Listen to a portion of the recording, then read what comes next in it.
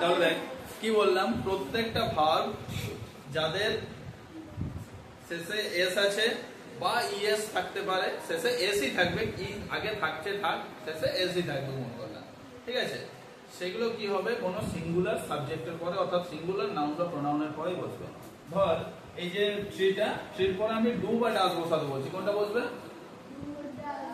Does বসবে, কারণ কি ডাজটাতে এস আছে আর এটা হচ্ছে সিঙ্গুলার, ঠিক আছে। দ্য ট্রির পরে ডু বসবে না, কি বসবে?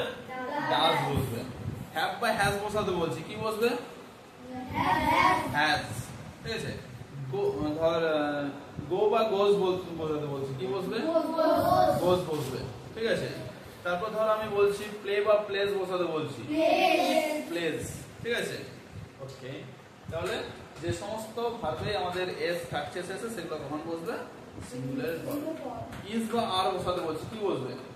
ইজ, সিঙ্গুলারের ক্ষেত্রে ইজ। আচ্ছা, বয়েজ এর পর হ্যাভ বা হ্যাজ এর মধ্যে কি বসবে? বয়েজ এর পর হ্যাভ, কারণ বয়েজটা হচ্ছে প্লুরাল, ঠিক আছে। আর ইট এর পরে হ্যাভ বা হ্যাজ কি বসবে? ইট, কি হবে? ইটটা তো একটা, তাহলে কি বসবে? হ্যাজ, ঠিক আছে। আচ্ছা, দ্য স্কুল হ্যাভ না হ্যাজ? হ্যাজ বসবে, ওকে। তাহলে এগুলো পারবি তোরা? গুড। সিঙ্গুলার প্লুরাল জানিস না? একটা আর অনেকগুলো জানিস না? তাহলে হ্যাঁ, একবচন আর দ্বিবচন না, ইংলিশে একবচন আর বহুবচন। বাংলায় আছে একবচন, দ্বিবচন, বহুবচন, কিন্তু ইংলিশে দুটোই বচন, যেটা হচ্ছে একবচন আর বহুবচন, ঠিক আছে। হয় একটা, না হয় একের বেশি, দুটো বলে কোনো জিনিস হয় না এখানে, ঠিক আছে। হয় এক সিঙ্গুলার, না হয় একের বেশি প্লুরাল, মানে ছেলেটি বা ছেলেগুলো। বয় মানে কি? বয় মানে কি? ছেলে। বয়েজ মানে ছেলেগুলি বা ছেলেরা, ঠিক আছে। তাহলে ওই যে ছেলেগুলি বা ছেলেরা, এটা হচ্ছে প্লুরাল।